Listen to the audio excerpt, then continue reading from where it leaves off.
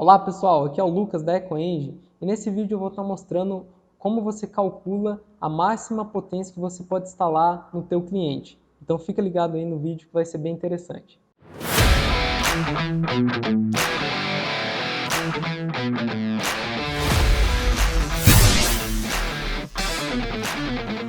Pessoal, nesse vídeo aqui então eu vou estar mostrando como calcular e quais os dados você vai coletar para isso, para saber quanto de potência de inversor você pode estar colocando no teu cliente. Mas antes de começar o nosso vídeo, eu quero falar para você se inscrever no nosso canal, apertar ali nas notificações para ser avisado de todos os vídeos que publicamos aqui no nosso YouTube, e também se você não segue as nossas outras redes sociais, vou deixar tudo aqui na descrição.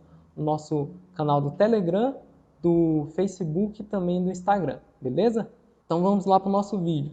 Então qual que é a importância de fazer esse levantamento e esse cálculo?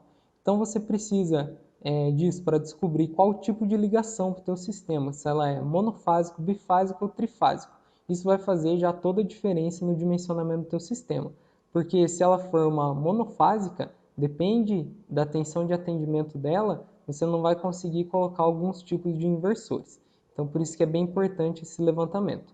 E também projetar um sistema compatível com a rede e identificar uma necessidade de aumento de carga no teu cliente. Então, se caso você identificar já nesse levantamento que a tensão de atendimento, a corrente do disjuntor não suporta a instalação de geração do teu cliente, você já consegue também estar indicando um aumento de carga para ele. Então, os dados a serem coletados para fazer esse cálculo, todo esse dimensionamento e essa análise de instalação de inversor no teu cliente. Então, você vai precisar do disjuntor de entrada com o número de fases e corrente.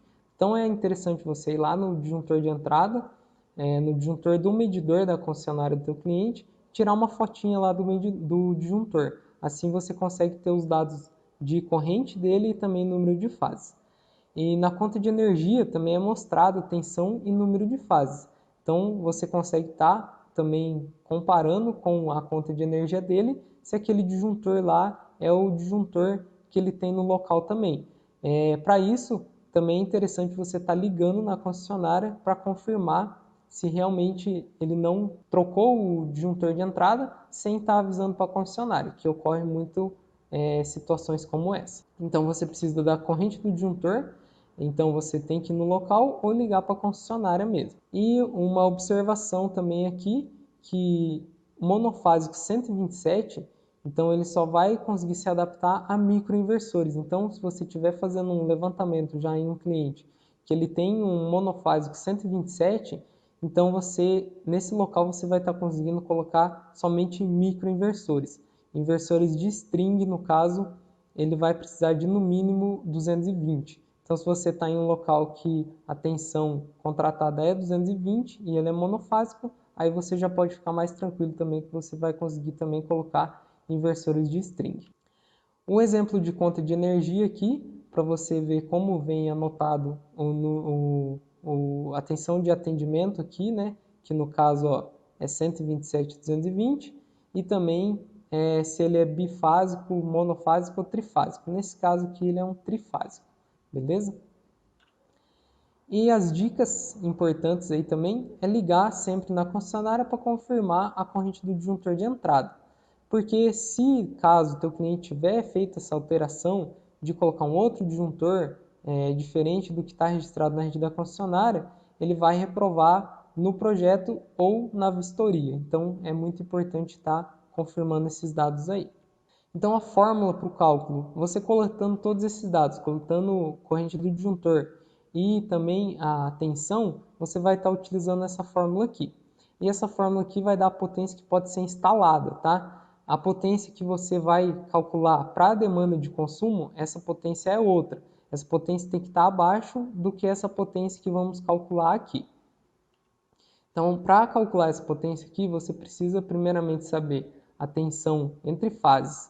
A tensão entre fases, então, é aquela tensão medida entre as fases. Então, se for um sistema, uma instalação, no caso, que cada fase é 127 volts, no monofásico você vai ter 127 volts, no bifásico 220 volts e no trifásico também 220 volts, porque a tensão entre duas fases sempre. Então a tensão pode variar na leitura com o multímetro. Como você viu na conta de energia lá, tem uma variação que a concessionária permite, uma certa variação na tensão. Então, se caso você pegar um multímetro e for no teu cliente e acabar lendo essa tensão, ela não vai dar exatamente os 127 volts ou 220 volts. Então ela vai dar uma certa variaçãozinha ali, e essa variação é normal. Porém, para cálculo você vai considerar esses valores aqui. Então a tensão entre fases, se a instalação for 220 volts, é a tensão medida entre as fases também. O monofásico vai ser 220, como é uma fase só, bifásico 380 e o trifásico também 380. A tensão de atendimento, então, o que é a tensão de atendimento? No monofásico, a tensão de atendimento é a tensão da própria fase. Como é uma fase só, é dessa fase mesmo. No bifásico, a tensão de atendimento é a tensão entre as fases, é igual, tá? Agora no trifásico que muda um pouco. A tensão de atendimento vai ser a raiz de 3 vezes a tensão entre fases. Então você vai pegar aquela tensão entre fases, se no caso for uma rede que cada fase tem 220, então essa tensão entre fases vai ser 380 e vai multiplicar por raiz de 3. Assim você vai ter a tensão de atendimento que vai ser utilizado na fórmula. E aqui eu trouxe o exemplo, esse exemplo 1 aqui vai ter mais exemplos, só que nesse exemplo aqui, ó, é um disjuntor de entrada bifásico de 50 A numa rede de 220 volts. Então você tem lá uma potência que é igual à corrente do disjuntor, que vai ser, no caso, 50 A, né, vezes a tensão de atendimento. Essa tensão de atendimento, como é uma rede de 220, é a tensão entre as fases. A tensão entre as fases aqui, então, é 380 volts. Então, para calcular isso, você vai pegar a potência, que é igual à corrente, vezes essa tensão de atendimento, 380. Você vai ter, então, uma potência de 19.000 watts ou 19 kW, certo? É legal você fazer essa conversão de watts para quilowatts, só dividir por 1000, porque os inversores, geralmente, dos fornecedores, eles vão falar para você em quilowatts. Então, já é importante ter em mente essa conversão que vai ficar mais fácil na hora de escolher um inversor. Esse outro exemplo aqui, o exemplo 2, já é um sistema um pouco maior, um disjuntor de entrada, um trifásico de 200 A.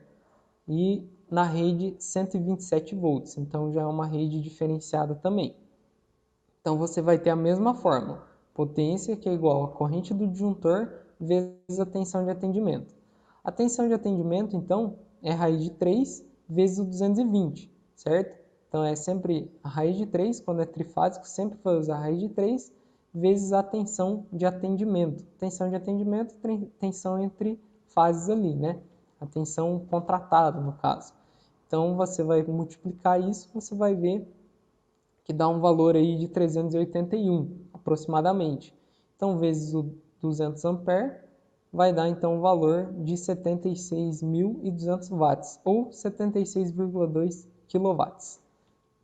Uma observação nessa situação é se vale a pena migrar para mini geração ou manter na microgeração. Quando dá mais de 75 kW, lembrando que sempre essa potência é de inversor, se no caso der mais de 75 kW, ele vai se encaixar na mini geração. E essa mini geração, ela vai precisar de documentações extras, proteções extras, então, e também custos adicionais para o teu cliente. Então, vale a pena analisar se você vai ficar viável você fazer a microgeração ou mini geração para o teu cliente. Beleza? Então, é só uma dica importante aí de analisar na hora de escolher a potência que você vai colocar lá no teu inversor. Lembrando que essa potência também aqui da micro e mini é de inversor e a potência em quilowatt pico vai depender então do overload do inversor. Esse overload do inversor é quanto a mais de potência você consegue colocar no teu inversor, quanto a mais de potência dos módulos, no caso, você consegue colocar no teu inversor para dar esse overload. Então, cada inversor ele vai ter uma capacidade de overload, elas vão variar em torno de 30% a 50%. Então, cada fornecedor vai informar para você, através do datasheet, qual que é esse overload aí permitido e você vai, através de cálculos também, ver quanto de módulos a mais você consegue colocar nesse inversor teu. Pessoal, então eu espero que você tenha gostado desse cálculo do disjuntor de entrada. Se ficou com alguma dúvida ainda, pode deixar nos comentários que nós estaremos respondendo vocês também. E se você quer informações adicionais também, tem o nosso grupo do Telegram que está no link da descrição do vídeo. Espero vocês lá. Até mais!